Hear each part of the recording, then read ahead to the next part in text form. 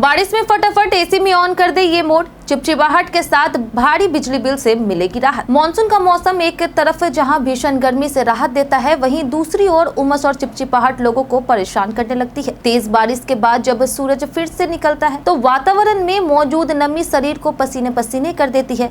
इस स्थिति में लोग राहत पाने के लिए एसी का सहारा लेते हैं, लेकिन ज्यादातर लोगों को यह नहीं पता होता कि बारिश और उमस वाले मौसम में एसी को किस मोड में चलाना चाहिए। सही मोड का चुनाव न सिर्फ कूलिंग को बेहतर बनाता है बल्कि बिजली की खपत को भी कम करता है और एसी की उम्र भी बढ़ा देता है। मानसून के समय सबसे उपयुक्त मोड होता है ड्राई मोड। अब आप सोच रहे होंगे कि ड्राई मोड क्या करता है। दरअसल जब हवा में नमी ज्यादा हो जाती है तो शरीर का पसीना सूखता नहीं है और चिपचिपाहट बहुत बढ़ जाती है। ऐसी स्थिति में अगर आप एसी को ड्राई मोड में चलाते हैं तो यह कमरे की नमी को खींचकर उसे सुखाने का काम करता है। यानी कमरे का तापमान बहुत ज्यादा ठंडा नहीं होता, लेकिन वातावरण ऐसा बन जाता है जिसमें रहना ज्यादा आरामदायक लगता है।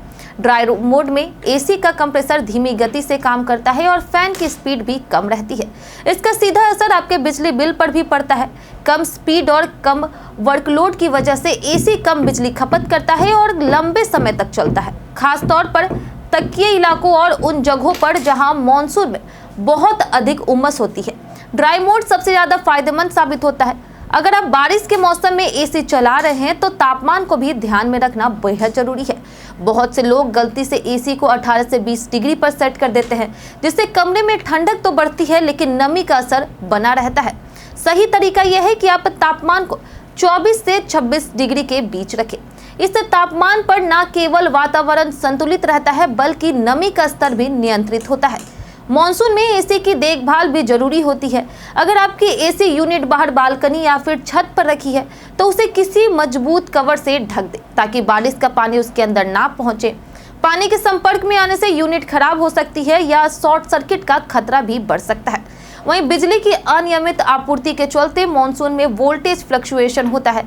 ऐसे में आपको एसी के साथ स्टेबलाइजर का भी इस्तेमाल जरूरी करना चाहिए ताकि एसी सुरक्षित रहे। बारिश के समय एसी का नियमित साफ सफाई और फिल्टर चेक करना भी उतना ही जरूरी होता है, क्योंकि गंदे फिल्टर से एसी की कूलिंग प्रभावित होती है और एसी पर अतिरिक्त भार पड़ता है। इसलिए हफ्ते में कम से कम एक बार फिल्टर को साफ कर लेना चाहिए। तो अगली बार जब आप मानसून की नमी परेशान करे तो ड्राई मोड को ऑन कीजिए, तापमान को 24 से 26 डिग्री पर सेट कीजिए और सुनिश्चित कीजिए कि आपका एसी सुरक्षित और सही तरह से चल रहा है। इससे न सिर्फ आपको चिपचिपाहट उमस से राहत मिलेगी बल्कि बिजली बिल में भी कटौती होगी और एसी भी सालों साल आपका साथ देगी।